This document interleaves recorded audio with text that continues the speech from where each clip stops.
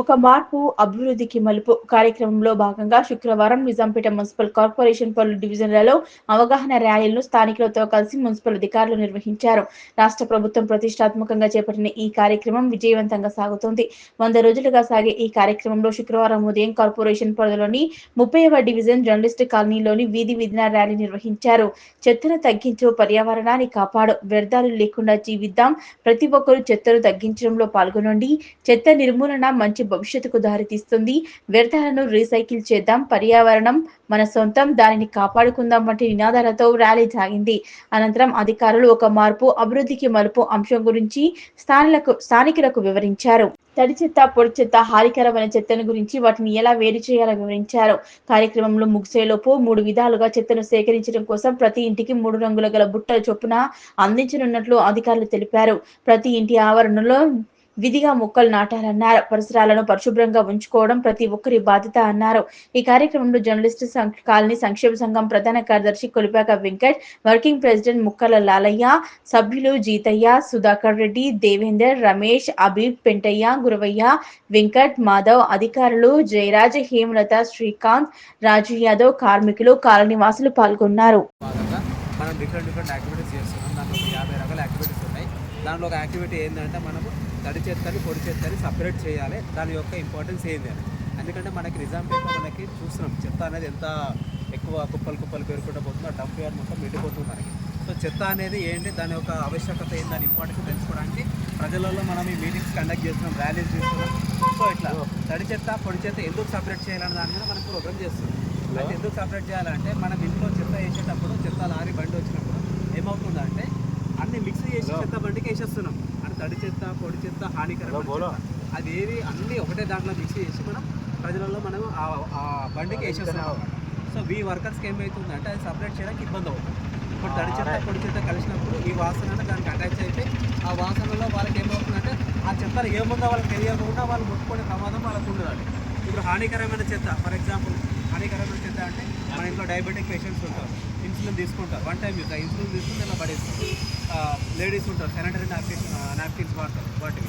అవి కాకుండా నెక్స్ట్ మనకి ట్యాబ్లెట్స్, మెడిసిన్స్, ఇవన్నీ మనకి హజార్డస్ వేస్ట్ అంటారు ఇంగ్లీష్లో. హానికరమైన చెత్త. ఈ హానికరమైన చెత్త అనేది మనం డిఫరెంట్ బకెట్స్ ఇస్తున్నాము. గ్రీన్ బకెట్ ఒకటి, బ్లూ బకెట్ ఒకటి, రెడ్ కలర్ బకెట్ ఒకటి. అయితే మనకి గ్రీన్ బకెట్ ఏం చేస్తామంటే మనం తడి చెత్త వేస్తాం. తడి చెత్త అంటే ఏంటి, మనం ఇంట్లో కూరగాయలు వస్తున్నప్పుడు చిన్న చిన్న ముక్కలు మిగులుతుంటాయి. అవి ఖరాబైన అన్నం కావచ్చు, మిగిలిపోయిన అన్నం కావచ్చు, ఏదైతే మనం తిరు పదార్థాలు ఉంటే వాటి నుంచి వచ్చే చెత్తని మనం తడి చెత్త అని చెప్పేసి అంటాం. ఈ తడి చెత్త వల్ల మనకు వాసన అయితే వస్తుంది కానీ దీంట్లో మనకు 90% రీసైకిల్ చేసుకునే అవకాశం ఉంది మనకి. ఇప్పుడు పొడి చెత్త తీసుకున్నాం మనం. పొడి చెత్త అంటే ఏంటి, ప్లాస్టిక్ కావచ్చు, సంచులు కావచ్చు, బ్యాగులు కావచ్చు, ఇట్లాంటి ఐరన్ ఇవన్నీ మనకు పొడి చెత్త కింద కొంచెం పేపర్ గీపర్ వాటి. పొడి చెత్త అనేది మనం కొన్ని రోజులు ఎక్కువ నిల్వ పెట్టుకున్నాను, వాసన అనేది రావు. సో తడి చెత్త వల్ల వాసన వస్తుంది, పొడి చెత్త వల్ల ఇది హానికరమైన చెత్తలో మనం ఈ బకెట్లో వేసుకుంటామండి. లైక్ మనం ఇంతకుముందు చెప్పినట్టు షుగర్ పేషెంట్స్ తీసుకుని ఇన్సులిన్ నీడిల్స్ కావచ్చు, ట్యాబ్లెట్స్ కావచ్చు, మన ఇంట్లో ఆడవాళ్ళు వాడే శానిటరీ నాప్కిన్స్ కావచ్చు, ఇవన్నీ. సో ఇవన్నీ సపరేట్ చేసుకోవడం వల్ల వీళ్ళకి కూడా దాన్ని ప్రాసెస్ చేయడానికి ఈజీ ఉంటుంది. అండ్ నెక్స్ట్ తడి చెత్త వల్ల మనం ఎరువు తయారు చేసుకోవచ్చు. ఇప్పుడు ఎరువు ఎట్లా తయారు చేసుకోవచ్చు అంటే, ఇప్పుడు ఒక బకెట్ తీసుకున్నాం అనుకో, ఫస్ట్ మనం ఒక చిన్న లేయర్ వరకు ఎర్రమని వేసుకొని దానిపైన మనం తడి చెత్త పెట్టుకొని, మళ్ళీ దానిపైన మనం ఇంకొక లేయర్ ఎర్రమని పెట్టుకొని, మళ్ళీ దానిపైన మనం తడి చెత్త పెట్టుకొని అక్కడ 3-4 లేయర్స్ పెట్టుకొని ఒక 30-40 రోజులు దాన్ని కదిలేయకుండా అట్లే పెట్టేస్తే మనకు దాని నుంచి బ్రహ్మాండమైన ఎరువు తయారవుతుంది. ఎరువు తర్వాత మనం ఏం చేసుకుంటాం, మనం ప్లాంటేషన్ చేసుకుంటాం, కూరగాయల చెట్లు, పూల మొక్కలు పండిస్తాం. సో మనం తయారు చేసిన ఎరువుతోని మనం ఆ మొక్కలకు పెట్టుకుంటే అది మనకు ఒక సాటిస్ఫాక్షన్ అనమాట. సాటిస్ఫాక్షన్ ఏంటంటే ఇప్పుడు మనం ఇదే కూరగాయలు ఎక్కడి నుంచి వస్తున్నాయో మనకు తెలియదు, ఏం చేసి పండిస్తున్నామో మనకు తెలియదు, ఎటువంటి నీళ్ళు వేసి పండిస్తున్నామో మనకు తెలియదు. సో ఈ ఎరువు మనం తయారు చేసుకున్నప్పుడు మన ఇంట్లో కూరగాయలకి, ఆ చెట్లకి, వాటికి వేసుకొని మనం పండించుకోవడం వల్ల మనకు ఒక సాటిస్ఫాక్షన్, మనకు ఒక కాన్ఫిడెన్స్ ఉంటుంది. మనం పండించుకున్న టమాటా ఇక్కడ ఏం మందులు లేవు, కల్తీ లేవు, ఏం లేవు.